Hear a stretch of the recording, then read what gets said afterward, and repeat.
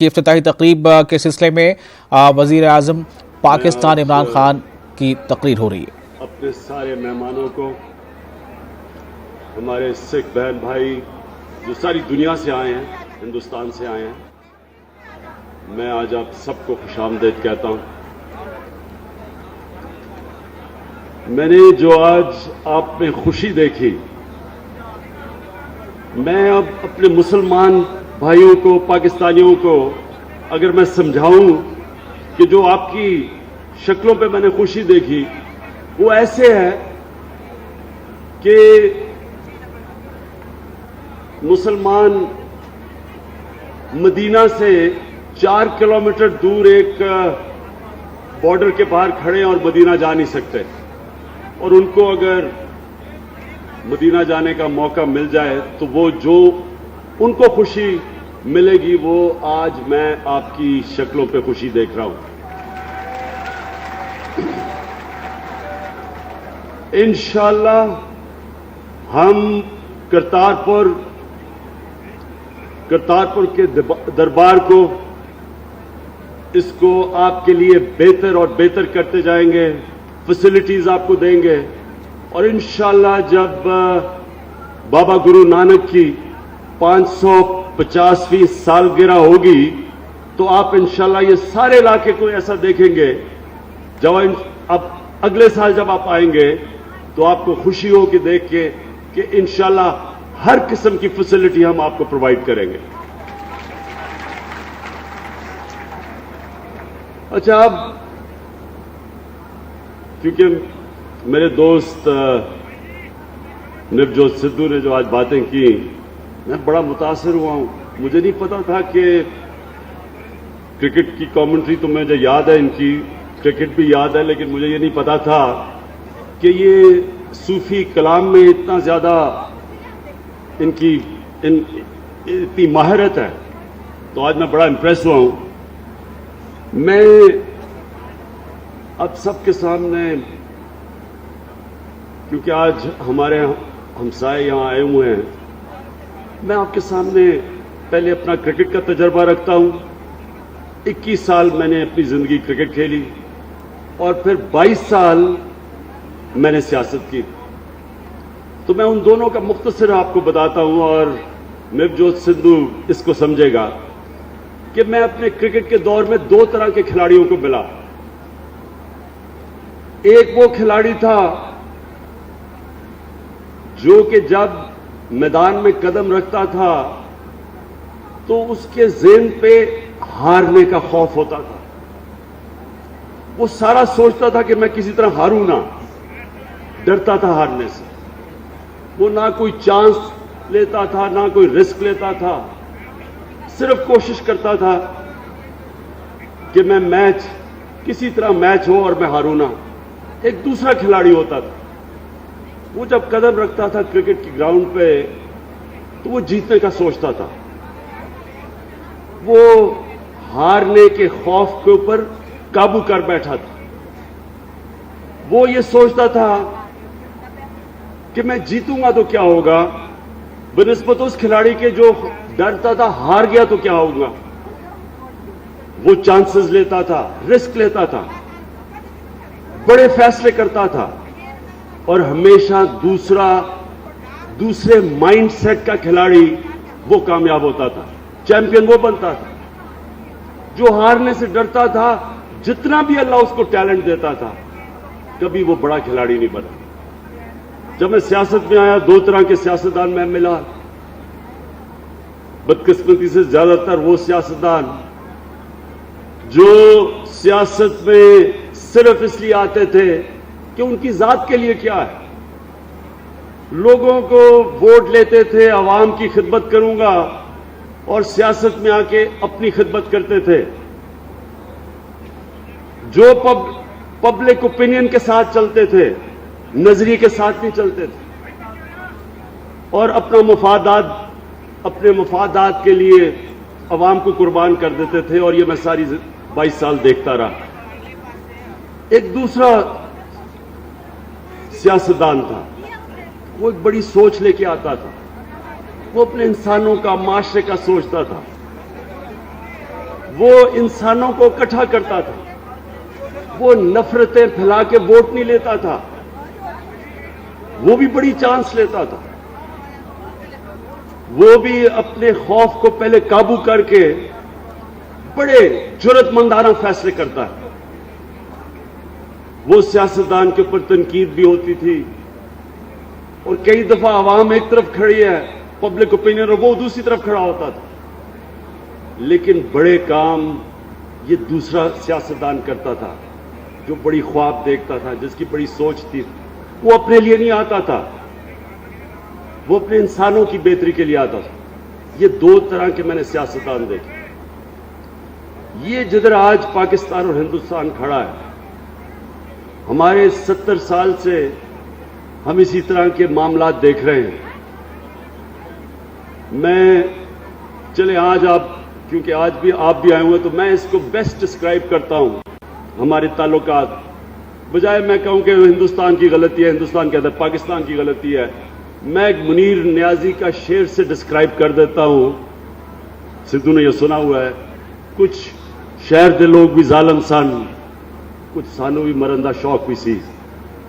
دونوں طرف غلطیاں ہوئی، لیکن جب ہم آگے تب تک نہیں بڑھیں گے جب تک یہ جو زنجیر، ماضی کی زنجیر نے ہمیں جب تک وہ توڑیں گے نہیں، ہم اسی طرح پھنسے رہیں گے۔ بلیم گیم چلتی رہے گی، پوائنٹ سکورنگ ہوتی رہے گی۔ ماضی صرف سیکھنے کے لیے ہے، ماضی رہنے کے لیے نہیں ہے۔ ماضی صرف آپ کو سبق سکھاتا ہے آگے بڑھنے کے لیے۔ ہم ابھی تک جب بھی میں تعلقات اپنے دیکھے، ہم ایک قدم آگے بڑھ کے 2 قدم پیچھے چلے جاتے ہیں۔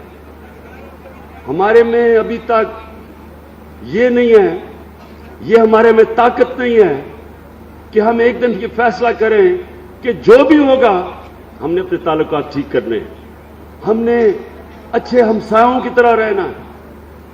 اگر فرانس اور جرمنی جنہوں نے کتنی جنگیں لڑی اور کروڑوں لوگ ایک دوسرے کے مارے، اگر وہ آخر میں ایک ایسے ہمسائے کی طرح رہ سکتے ہیں جدھر ان کے پاس آج اوپن بارڈرز ہیں، تجارت ہے، ٹریڈ ہے، آج وہ سوچ بھی نہیں سکتے جنگ لڑنے کا، کیونکہ ان کی کنیکشن بزنس کا، سرمایہ کاری کا ایسا کنیکشن ہو گیا کہ وہ اب سوچتے بھی نہیں ہیں، کبھی اب تصور بھی نہیں کریں گے کہ جرمنی اور جاپان کبھی لڑیں گے۔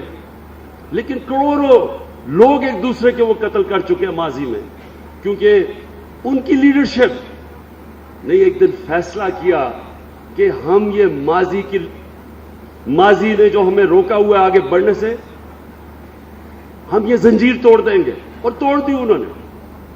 وقت یہ ہے، پاکستان آج ادھر کھڑا ہے اور ہندوستان، کہ ہم اندازہ نہیں لگا سکتے کہ اللہ نے ہمیں کیا اپرچونٹیز دی ہیں۔